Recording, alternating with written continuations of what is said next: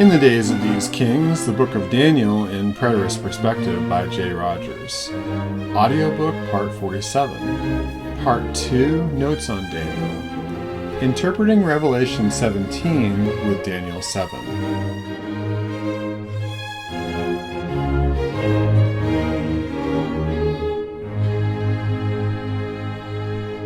Interpreting Revelation 17 with Daniel 7.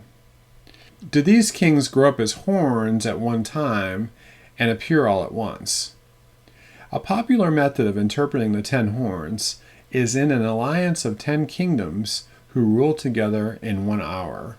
See, for instance, Revelation 17:12, rather than as 10 separate rulers of the same kingdom who succeed one another. However, there is a chronological succession if we compare Daniel 7 to Daniel 17:10. And there are 7 kings. 5 are fallen, and 1 is. And the other is not yet come. And when he cometh, he must continue a short space. Therefore, a better question to ask would be as follows. Are the 7 kings of Revelation among the 10 kings of Daniel, or are they a different group? Let's begin with the 7 kings. John writes, 5 are fallen, and 1 is, and the other is not yet come. And when he cometh, he must continue a short space. Revelation 17:10. I can only conclude that John means plainly 5 are fallen and 1 is, and the other is not yet come, and when he cometh, he must continue a short space. This is a linear statement. The implication is that there is a succession of kings. The 5 emperors who are fallen are Julius, Augustus, Tiberius, Caligula, and Claudius, who each fell before Nero. The 6th emperor was Nero. John writes, 1 is. Nero was alive when John wrote the prophecy. The 7th is Galba, who reigned only 6 months. He must continue a short space. Now here's the difficulty. There are 10 horns, but no heads in Daniel 7. There are 7 heads and 10 horns in Revelation 17. After this I saw in the night visions, and behold, a 4th beast, dreadful and terrible and strong exceedingly. And it had great iron teeth, and it devoured and brake in pieces, and stamped the residue with the feet of it.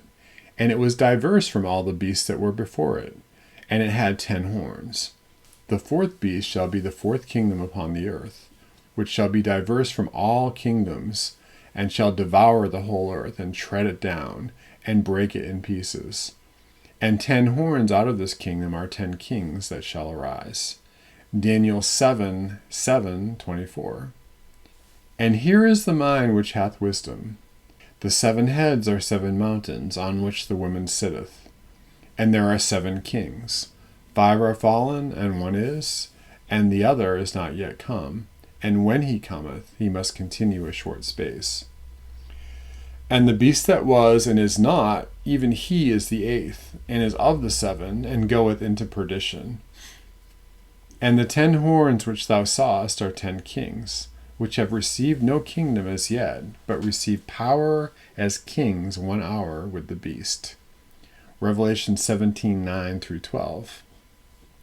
We can wonder how 10 horns can literally fit on 7 heads, or we can note the symbolism of the numbers.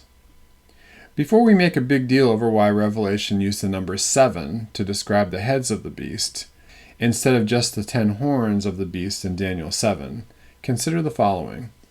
Daniel uses the Hebrew words 7, 70, and weeks a total of 10 times.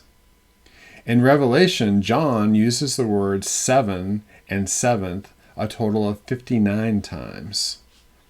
In essence, the message of Revelation is that the 77s have been completed, and that the final monumental events described in Daniel were about to take place in John's day. This is the reason why the number 7 is used as the organizational pattern for the book of Revelation. 7 is used as an indicator to point to the 77s of Daniel 9.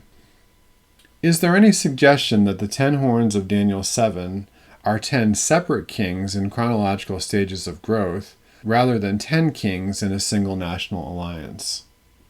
Some preterist commentators, such as David Chilton, have claimed that the 10 horns of Revelation are the provincial Roman governors under Nero. However, preterists generally agree that the 7 heads denote the first 7 among the 10 Roman emperors. In my view, the simplest solution to this supposed difficulty is that the 10 horns in both Daniel and Revelation denote these 7 emperors plus the next 3, Otho, Vitellius, and Vespasian. First, Daniel does not speak of 7 horns, but 10 horns. Since John speaks of 7 heads and 10 horns, I must conclude that the 7 heads of Revelation also bear the 10 horns of Daniel. Second, John says that the 8th is of the 7, Revelation 17:11. This is an idiom that we might have difficulty with today. Apparently, he means that the 8th was revealed to him later, but he is of the 7. In other words, the 8th king is one of the 7. He is the king who is at the time John is writing Revelation. In other words, the 8th that John saw is actually the same emperor as the 6th. If this seems to be a stretch to say the 8th is of the 7, actually the 6th, compare this to Daniel 7:8. I considered the horns, and behold, there came up among them another little horn, before whom there were 3 of the first horns plucked up by the roots. And behold, in this horn were eyes like the eyes of man, and a mouth speaking great things. It makes sense to say that another little horn was Nero, because Tiberius, Claudius, and Caligula did not persecute the early Christians. On the contrary, Nero was the first emperor who heard the gospel preached by the Apostle Paul and spoke great things against Christ and his church. Third, many people have concluded, since John says that the 10 kings have received no power as yet, but will receive power in 1 hour with the beast, then these kings must be contemporaneous and not successive. And the 10 horns which thou sawest are 10 kings, which have received no kingdom as yet, but receive power as kings 1 hour with the beast. These have one mind, and shall give their power and strength unto the beast. These shall make war with the Lamb, and the Lamb shall overcome them. It is easy to say at first glance, as Chilton does, that these are 10 Roman governors contemporaneous with Nero. But if we say that these 10 horns of Revelation are the same 10 horns of Daniel, then this is not a consistent interpretation. The 10 kings are 10 consecutive emperors, but they also symbolize the unified imperial might of Rome. They have received no power as of yet means that Rome as a kingdom has received no power to make war with Christ and the church until Nero comes along. The 10 horns are the 10 Caesars who reigned up until the time of the destruction of Jerusalem. They are the line of kings that Daniel saw as synonymous with the 4th kingdom. Even though 5 of the first 10 are dead, in 1 hour there will be a kingdom, a power, and a unified will, having the sole purpose to persecute the church. This kingdom, power, and will is embodied in the little horn of Daniel 7, and the king who now is of Revelation 17. Fourth, if we take the Great Tribulation to mean the 3.5-year persecution of the church, December AD 64 to June 68, and the 3.5-year Roman-Jewish War, April AD 67 to September 70, it makes sense for John to see a dividing line at the death of Nero. John saw in a prophetic vision a group of 7 kings and then a group of 10 kings. Revelation pointed to the time of the 6th emperor as the time when the first century church would see the Great Tribulation begin, the persecution under Nero. The time of the 10th emperor was when the temple at Jerusalem was destroyed. Kenneth Gentry explains in The Beast of Revelation Identified. As the Roman Civil Wars broke out in rebellion against Nero, Nero committed suicide on June 9, AD 68. John informs us that the 7th king was not yet come.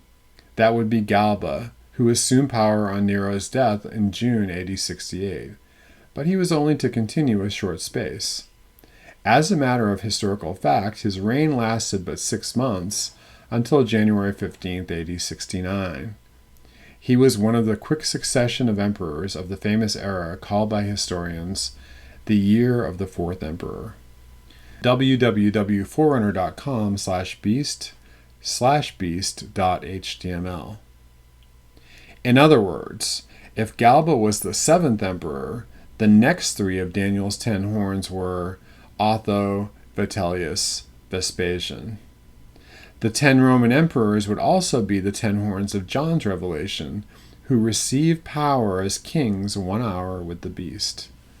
Titus, Vespasian's son, was the Roman general who destroyed the temple in AD 70. Daniel saw the days of these kings, Daniel 2:44, paralleling the period of the ministry of the Messiah until the destruction of Jerusalem. Without this comparison of Scripture interpreting Scripture, one could conclude almost anything about the little horn and the 10 kings. Many interpreters have drawn the most irrelevant conclusions. If Revelation is consistent with Daniel, we see that the sixth king of Revelation 17 is the same as the little horn of Daniel 7.